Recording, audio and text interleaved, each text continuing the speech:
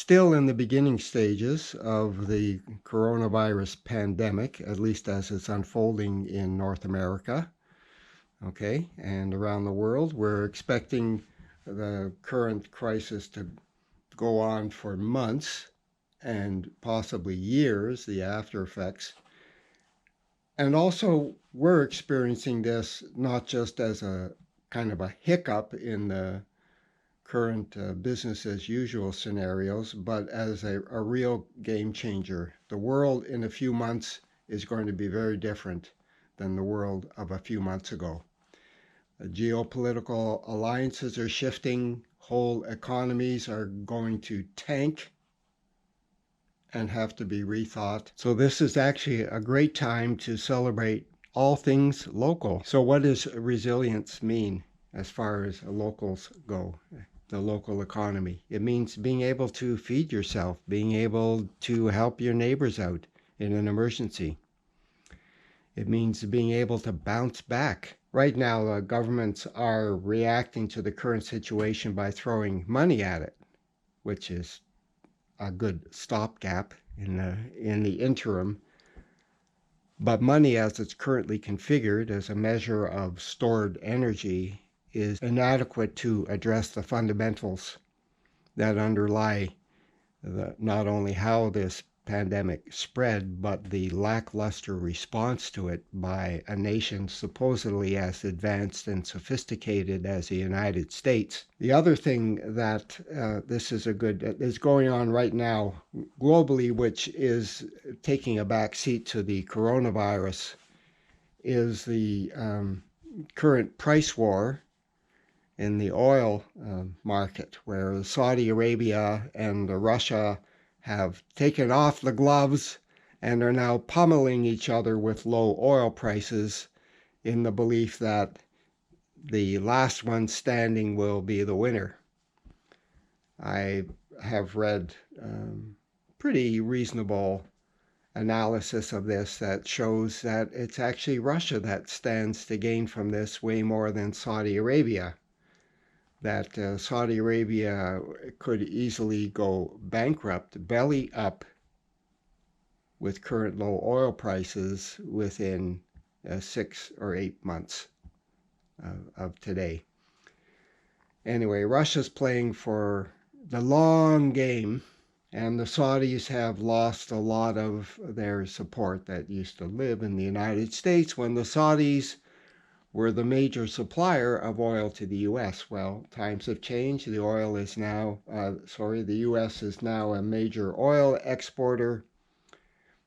Global geopolitics are going to realign, and we'll see what happens. But this is a good time to put fossil fuels to bed, rather than the Canadian government stepping up to support the fossil fuel industry, which the current government has sworn they will do to the tune of billions of dollars.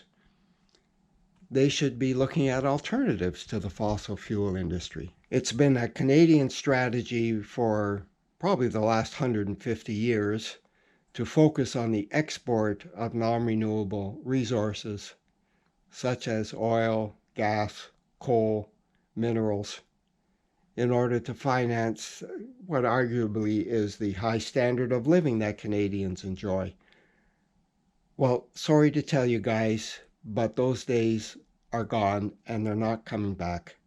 A resource-based economy based on non-renewable resources is doomed to suffer starvation and extinction as the non-renewables wind down as far as availability is concerned and social acceptability, which is what is happening to the fossil fuel industry right now. It has become a social pariah, universally recognized as the bad guy, as the major contributor to climate change, and the ones who have done everything in their power to delay the implementation of solutions to climate change. Food in Canada has been sourced from all over the world.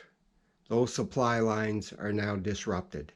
A major source of our fresh vegetables, and fruit is Mexico and the US. The borders are now closed.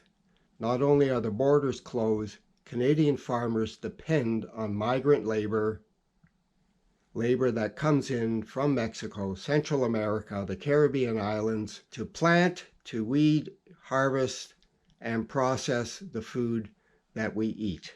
Those borders are closed. Those workers are going to have a great deal of difficulty getting into Canada to grow the food. The cheap food that we have become accustomed to in the last 2 generations, very cheap food relative to our income, is now going to become quite expensive. That is going to be a shock for many people. The Canadian and US governments have said that trade is not going to be affected by this. It's only people that are going to be stopped at the border. But trade cannot take place without people, truck drivers, everybody handling everything.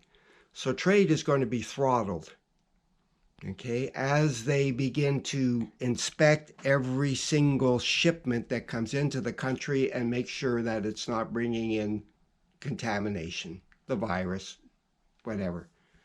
So even though they say trade will not be affected, it is going to be deeply affected. Not to mention that all of the supply lines for all of the industries that are moving goods and services around have been disrupted.